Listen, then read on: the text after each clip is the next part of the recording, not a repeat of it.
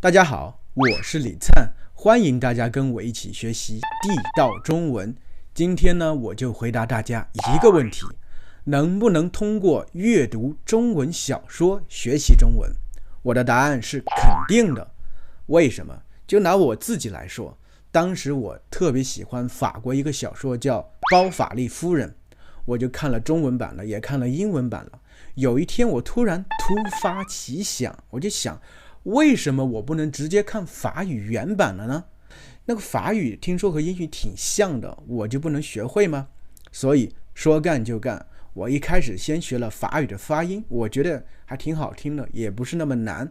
后来我就找了一本课本开始学习，但是没过几天我就发现这个特别无聊，知道吗？课本的内容很无聊，还有语法看着很头大。那天我就想，我一开始想学法语的目的是什么？不就是看小说吗？我为什么要学习这么多乱七八糟的东西？我不能直接开始看小说吗？这其实是很多人的误区，就是总以为自己先需要学习很多很多的东西，才可以开始看小说、看电影，而不是直接的奔进去做这件事情。就像学习游泳的话，你不能一开始就学习太多，在岸上学了好多东西，把时间都耗费进去，但是你真正实战没有，你没有跳到水里感受过这个水的感觉，那样的话你永远学不会游泳。所以我就想着，那我就直接开始学习，我就拿了一本法语的这个原版，还有一本英文的对照版，还有因为当时是用电脑学习这个语言的，我就用电子词典嘛，电脑的上面有词典，就一句一句对照的看。一开始确实比较难，但是我发现就是你不断积累之后，到后面会看得越来越快，越来越自在。很多东西甚至很多语法点你不需要知道它是为什么，你只知道它在这个情况下就是这么用的，那就对了。所以就通过这一段时间之后，我就把这本小说竟然看完了，当时成就感特别大。不只是这样，后来我拿起这个哈利波特与魔法师的法语原版，我竟然能看懂了，当时我真是欣喜若狂。虽然还有一些字啊词可能需要查一查，很多词呀可以通过上下文来理解，所以完全没有障碍啊。这就是我当时学会法语的这么一个过程。但是话说回来，要是学会对话呀、听力等等，我还需要别的手段来进行强化，这个只是帮助我去学习法语的阅读能力。闻着这么一个基础打好之后，我觉得别的东西都是得心应手，并不是那么难。那么问题来了，要是学习中文也用这种方法的话，那应该选择什么中文小说呢？因为关注我这个频道的好多朋友，都是因为我录了几期这个哈利波特与魔法石这个有声书，所以我知道大家都特别喜欢哈利波特。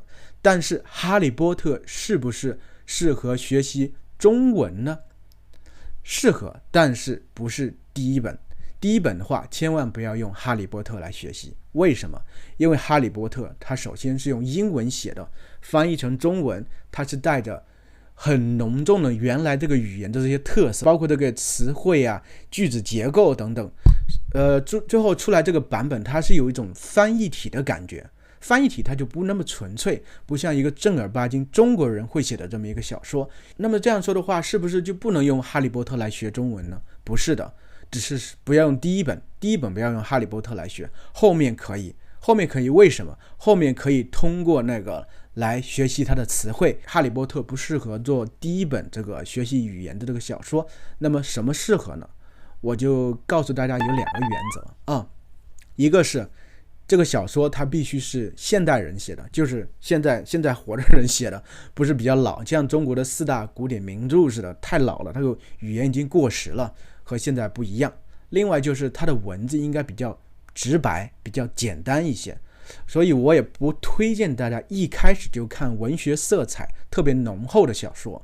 就像中国第一个诺贝尔文学奖获得者莫言，很多人不知道听过没？莫言，我们看一下莫言，对，莫言就是这个，对，莫言，他写了好多小说，但是他的文学色彩太浓了，并不是特别适合于学习中文。那么谁适合呢？所以我推荐大家应该看一些通俗小说，比如说言情呀、科幻呀、奇幻呀、推理呀、悬疑呀等等等等。那么今天我就推荐给大家一本小说，叫做《三体》。三体 The Three Body Problem。 三体在2015年的时候获得了美国的雨果奖，就是科幻奇幻小说的最高奖项之一。另外一个是星云奖 Nebula Award， 雨果奖 Hugo Award。 其实这本小说在西方世界的流传度很广。 Three Body Problem， 因为我之前查过 Goodreads 里头，我们看一下有多少人看啊，多少人做了评分。你看它的评分有 4.5， 这已经是很高的分数了，作为一个科幻小说来说。然后它的 ratings， 它的评分有多少人评分呀？15万多呢。还有这个留言的有1万多，这一个是很了不起的成绩了。我们看它同时也还入选了2个清单，一个是 Best Science Fiction of the 21st Century， 21世纪最伟大的科幻小说，还有 Best Hard Science Fiction of the 21st Century， 21世纪最伟大的硬科幻小说。第一个是2分，但后面的普遍都是比较好。你看大家都很喜欢这本小说。这本小说其实是一个关于一个比较古老这么一个科幻小说的命题，就是和外星文明的接触。和外星文明接触，大家很多电影都看过，比如说像这个电影，比如这个 Contact， 对，就是1997年这部电影。这个电影你就觉得其实和外星人接触，这些小说的出发点都觉得很美好，肯定能给我们人类带来很多很美好的东西。三体这个小说就是他相信人性本恶，不管地球人也罢，外星人也罢，在高级文明的外星人眼里，地球人不过是虫子，可以随时捏死的虫子。但是他们忘记了一个事情，就是虫子可不是那么好打败的，就是这么一个设定啊。这个小说其实有非常浓重的中国特色，通过这个小说，大家不仅可以学习中文，还可以学习中国的文化，还有中国人的思维方式。今天我就通过三体教大家怎么通过看小说学习中文。首先呢，就是我在小说里截取了一个开头的一个片段，一共就是600多个字，也不多。我们需要的工具有 Google Translate， 对，大家看这个，还有几个词典，这个词典是 Purple Culture 的出品的，这个词典是英中词典，它会用英文解释。还有这个 Reversal Context， 它也可以上下文的，这个其实也可以词典，它会举出很多例子，这个词典挺好用的。Context 嘛，上下文这个。还有汉典，这个就是一个纯粹的中文字典，因为很多英文解释不清楚，我们需要回溯到中文去看一看。还有另外一个需要发音的这么一个网站叫 Forvo， 好多人可能听过，每个词儿呀很多都有发音，还是你能听到各种各样的口音的人在里面说话。那么咱们从现在开始来看一看，很多人看到都是中文一大段，怎么办？很容易啊。你看我要复制一下了啊，到这个谷歌 Translate 里头出来了。我为什么选择谷歌 Translate 呢？就这有个原因，其实这本小说因为在英文世界已经很流行了，它是有英译本的，但是我发现就英译本它有时候已经很英文化了，就是很多中文的语序啊，这种词汇啊等等都改变了，适合母语者去看嘛。但是那样的话，其实你通过这样对照的话，并不是最适合于学习语言的。学习语言的话，我觉得需要一种 literal translation。谷歌的翻译是相对更为 literal 的。我们来看一下，谷歌这个翻译它有个好处，你看它有拼音在里头，这是一个非常好的东西。拼音，因为中文一看，你看这个东西头大，拼音你很熟悉，拼音它也是通过西方这些字母进行创造出来的。我们来看一下。汪淼，一开始汪淼，大家知道汪淼，很多人不知道汪淼是什么。汪淼是一个人的名字，汪淼，对，好的，我们来看后面觉得，你看 the felt 就是觉得，其实对应差不多。我们看一下了，我先把这个英文看一遍。One male felt that the four people who came to him were a strange combination。这基本就是按照中文的这个结构过来直接翻译过来，这特别适合你学习中文。对，我们看 one male felt 觉得就是 felt 觉得，大家比如这个发音不确定，我们来这里找一找。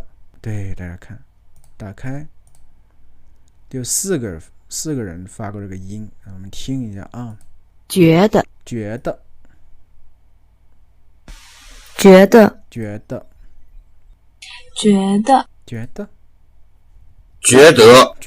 哦，把我吓一大跳。就是其实forward 它有一个特别好的东西，就是这个东西，你看这个箭头就是 download 可以下载。我需要先 log in 之后我就可以下载了。就是为什么需要这个东西，我就希望大家在一开始学语言的时候就把这个词汇的这个发音呀和这个词汇一开始进行有机的联系。你一定需要知道它的发音，不要想到我先学到后面我再去学发音，不行的。一开始就要培养这种意识，就是需要知道它的发音。我们先看felt 觉得，对吧？比如你是第一次接触中文，你就会发现这是 felt 这过去时呀，中文没有这种。对，中文的语法其实是对语言学习者非常友好的，它没有各种时态，过去时、将来时等等，它没有各种变革，没有比如说是单数人称、复数人，没有这些东西，它是什么就是什么，昨天、今天、明天没有关系，现在、将来都没有关系，过去都没有关系，它是什么就是什么。因为很多时候学一个语言的话，语法最难部分就是这种变化，你不知道这个一个字儿能变出这么种形式，你还一个个去记，太麻烦了。中文没有这种困扰啊。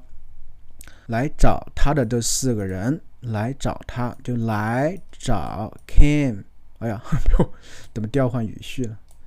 来找他 came to him， came to find him， 找就是 find， come to look for him 都一样。来找他的这四个人 the four people， 这四个人个嘛，就是中国的文字里头需要有一个量词，四个人，不是四人就很奇怪，个是最为常用的这么一个量词。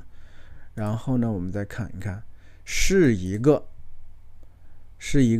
were 一个一个，对吧？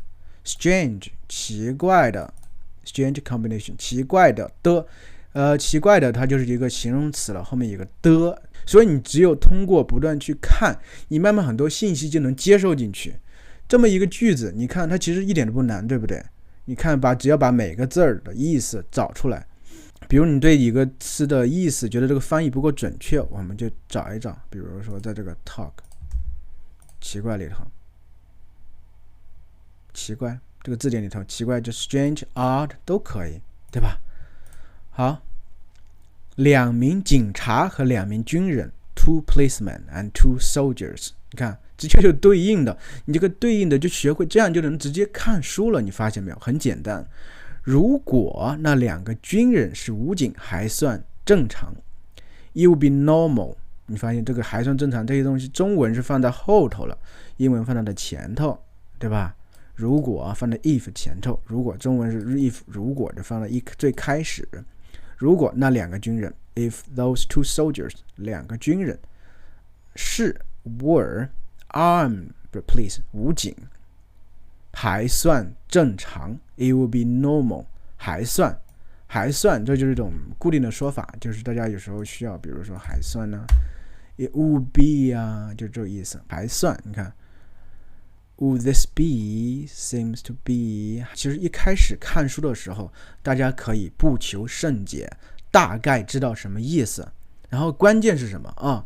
就是你看了这么一个句子，是不是会出现你会学到好多单词，奇怪、组合、军人、警察、军人、正常等等，你都要把它到这里头，把它发音正宗的中国人的发音听一下，然后把它下载下来。为什么要这样做呢？就是方便你后面复习。有一个说法叫听写，就上学的那会儿，老师今天会布置这样的作业，就叫家长给说一遍，然后小朋友写听写。比如说听写这个觉得觉得，你可以直接在纸上面写，也可以用电脑写，都可以，只要能记得住。觉得觉得就是 felt 的意思呀，我记住了。然后呢，发音是觉得，我把这3个东西进行有机的结合，在脑中慢慢就记住了。现在大概的知道了方法，就是那就这样一点点做下去。然后呢，比如说汪淼第一眼就对来找他的警察没有好感。第一眼 at first glance， 对，第一眼。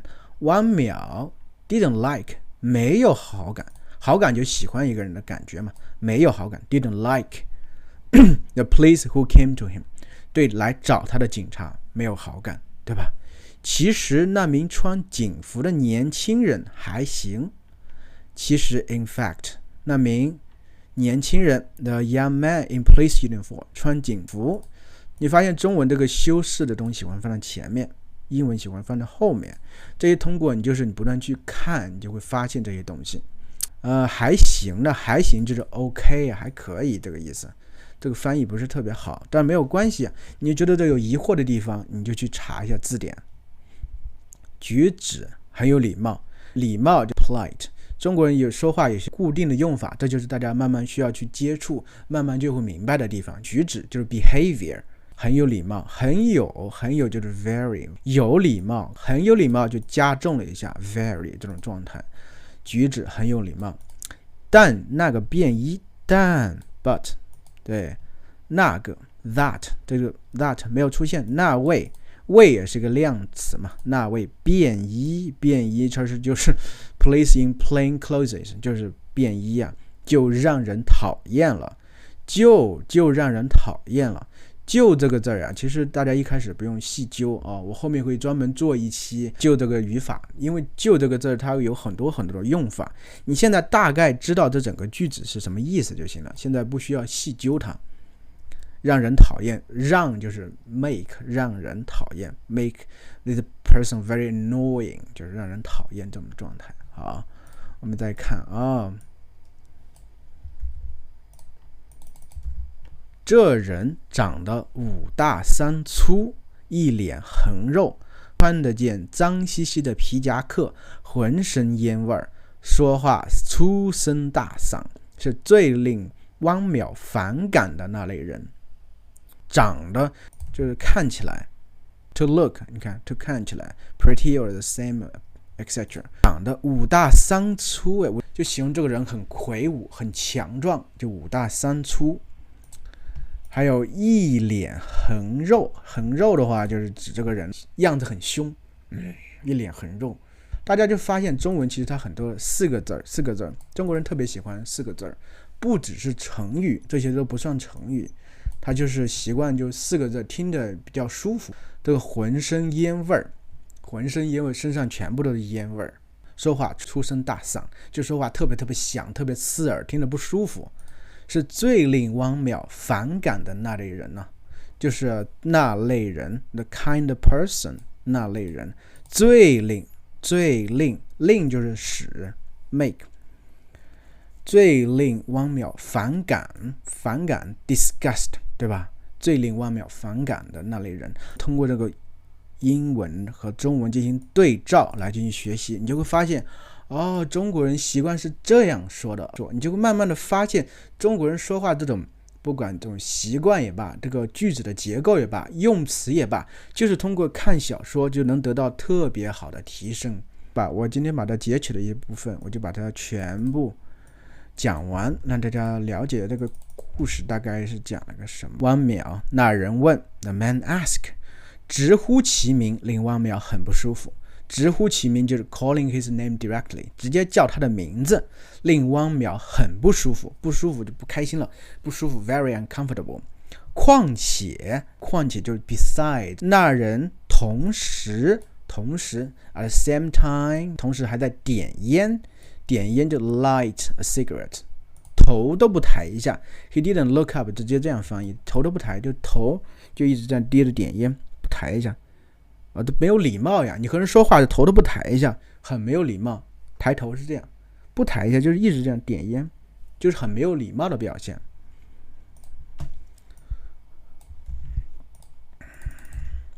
不等汪淼回答，不等就没有等待，不等汪淼回答，他就向旁边那位年轻人示意了一下，示意就 signal， 用眼睛示意，示意了一下，一下就表示特别短的动作，示意了一下，向那位年轻人示意 young man， 后者 the latter 后面那个人就你那位年轻人了，指代那个年轻人，后者向汪淼出示了，出示这个东西拿出来，看出示了警官证，对吧？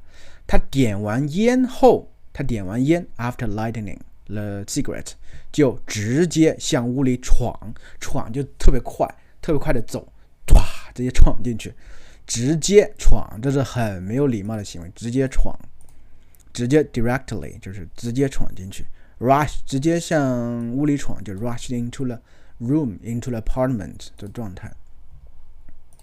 我们看，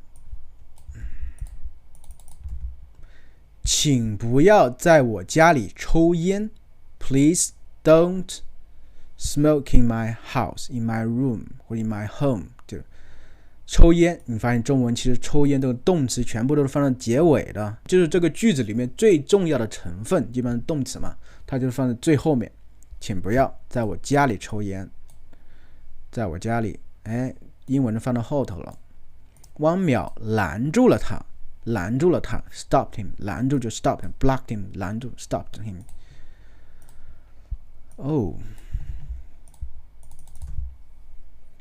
对不起，汪教授，这是我们史强队长。看中文多么短，对不起，汪教授，这是 this is 史强队长。你会发现中文其实真的一点都不难，只要越过方块字这一层障碍之后，你发现中文真的很简单，很直白。然后年轻警官微笑着说 ，with a smile， 微笑，这是微笑，微笑着说。微笑着就表示动作的持续嘛，微笑着说，边笑边说嘛。同时对姓史的 a man with a surname 史，对姓史的使了一个眼色，使眼色就是中文的一个固定用法，用眼神让别人明白你想说什么话。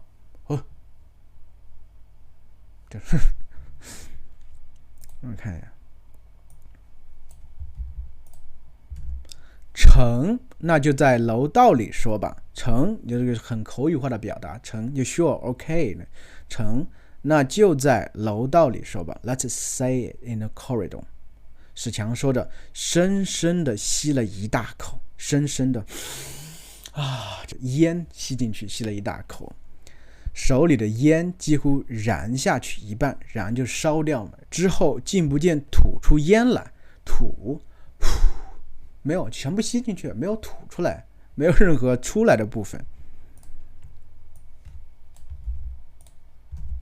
你问，他又向年轻警官偏了一下头，偏头就是这偏，